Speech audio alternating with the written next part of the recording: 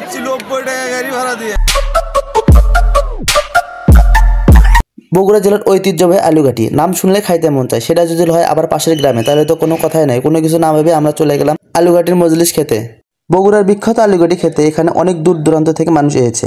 দেখতেই পারছেন অনেক গাড়ি এবং গাড়ি রাখার জন্য গ্যারেজ করা হয়েছে। এটা হুন্ডা 20 টাকা ভাই। আচ্ছা, স্লিপ দিছি, এখানে খালি স্লিপ আসে দেখাবেন, হুন্ডা লিয়ে দেবেন। স্লিপ নাই তো মনে করেন এখানে হুন্ডারি, অন্য কিছু না, অটো কিছু রাখা যায় না। অটো ওই পাশে, ওই পাশে। ও আচ্ছা। এটি বগুড়া জেলার সোনাতলা থানার কর্পূরদি পাখি উচ্চ বিদ্যালয়।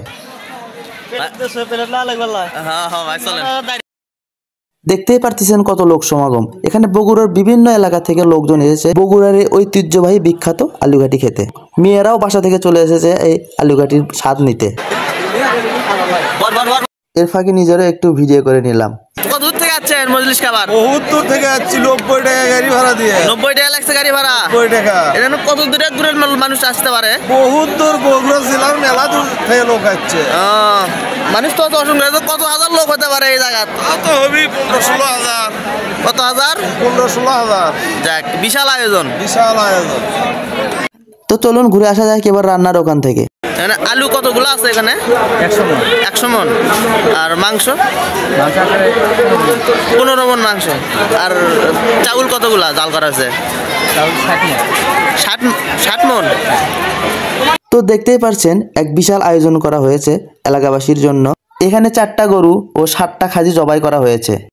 দীর্ঘ সময় অপেক্ষায় থাকায় প্রায় 1 ঘন্টা পর হাতে প্লেট পেলাম। প্লেট পাওয়ার অল্প কিছুক্ষণ পরেই ভাত চলে আসলো।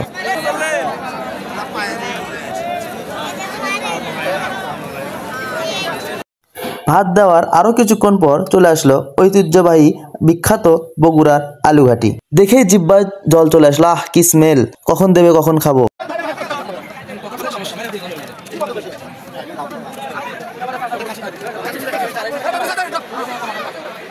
কেউ আর লোভ সামলাতে পারলো না, দিয়ে যাওয়ার সাথে সাথে খাওয়া শুরু করে দিয়েছে অলরেডি। তো ভাবলাম খাওয়ার ফাঁকে সবার একটা রিভিউ নিয়ে আসি, দেখি কেমন হয়েছে। খাওয়া কেমন হচ্ছে? ভালো ভালো হচ্ছে। ভালো। গাড়ি কেমন আছে? অবশেষে খাওয়া দাওয়া শেষ করে যে যার মতো সুন্দরভাবে চলে যাচ্ছে।